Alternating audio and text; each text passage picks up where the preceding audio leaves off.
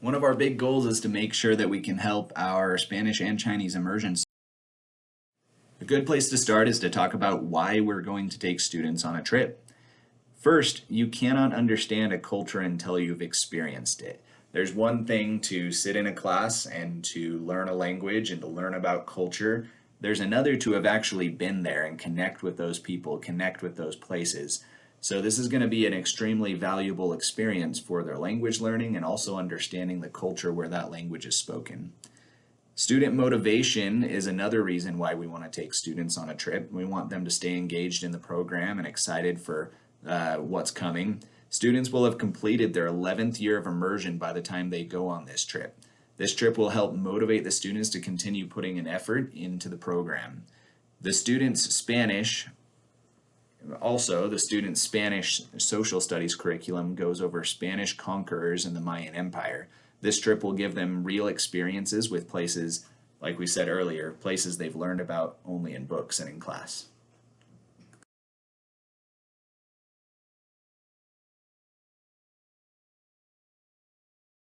When you look at trips offered through educational tour companies, there's generally a pretty high cost associated with that.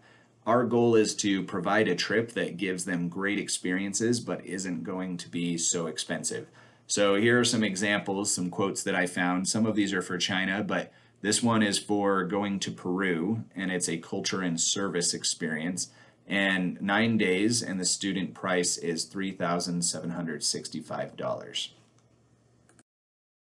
A quote from another company, and students on these trips pay $3,000 per student if they go in the spring, or $3,500 per student if they go in the summer.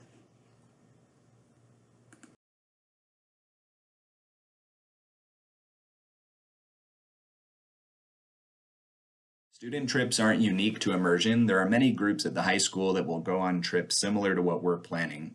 Here's a list of a few.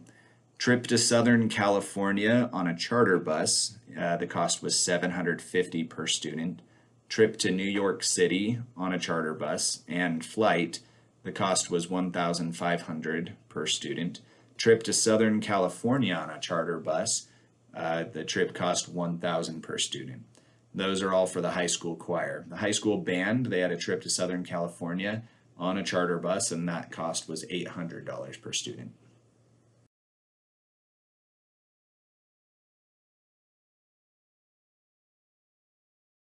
With the goal of keeping costs down, we decided that we wanted to plan our own trip, and we have a lot of great resources at our disposal for being able to put that together.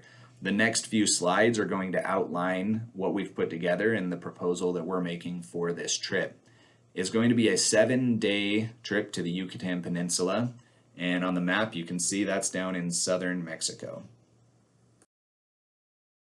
This slide breaks down the cost per student, and there's two options, option A and option B.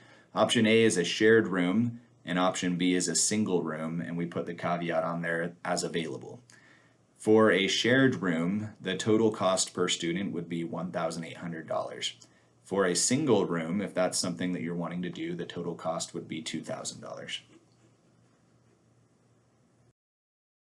If a parent is wanting to come and participate in the trip with us, the cost is $2,150.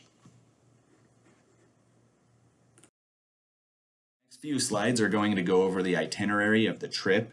It's a 7-day trip, heavy in language and culture. Students are going to be touring various Mayan ruins, forts established in the 1600s by Spanish conquerors, a chocolate museum, geology excursions to various cenotes, and activities aligned with what the students have been learning in their social studies classes at the middle school. All transportation will be on tour buses. Tours will be conducted by professional guides. All tours will be 100% in Spanish.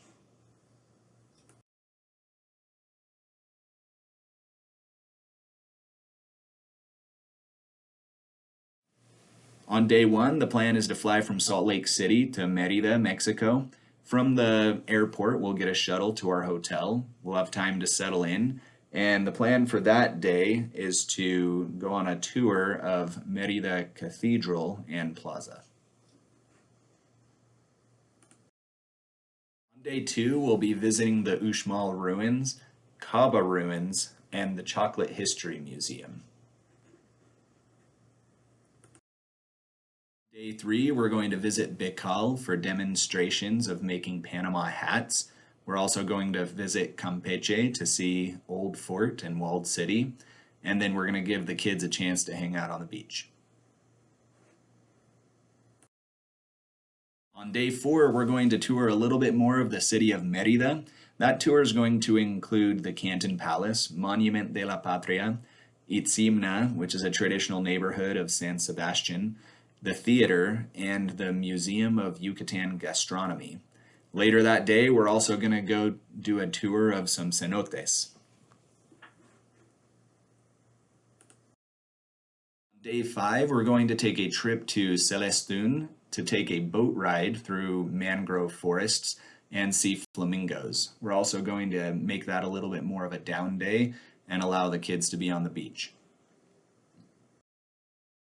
Day 6, we're going to go see Chichen Itza, and we're also going to explore more cenotes. Day 7 will be a traveling day, and we'll be returning to the United States.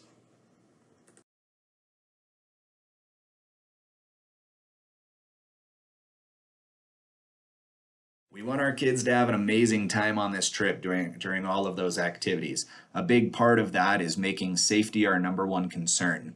Safety is always relative. When considering Mexico, there is literally no safer place than the Yucatan, and this is currently and historically.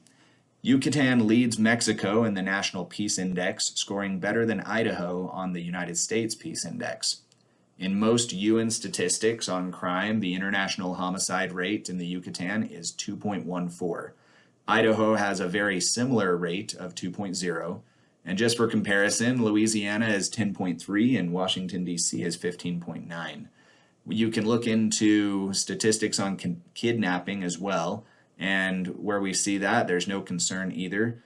And although no trip can be free of risk, this location certainly keeps that risk reasonably low. The State Department of the United States ranks Mexico with a travel advisory level of 2 out of 4. France, Germany, Denmark, Italy, and the UK, Spain, Peru, Costa Rica, Chile, and China are also level 2. All right, here's a map of Mexico and its different regions. And this map shows that National Peace Index that we were talking about. This one's from 2018. And you can see that down in the Yucatan, we're going to be right there in that dark green section in the south, and that is more peaceful. It's at the furthest left category on the peace index. This is the homicide rate map, and as you can see, down in the Yucatan Peninsula there in the south, most of that whole area is white. And there are a few areas where you have a light blue. So this is a very safe portion of Mexico and very often traveled to by tourists. We're going to make sure that we're doing everything to keep our kids safe. As we get closer, we will definitely have parent meetings where we'll get together and give you the application and give you more details about how everything needs to be done. There will be fundraising opportunities if money is something that's just not quite working out for your family.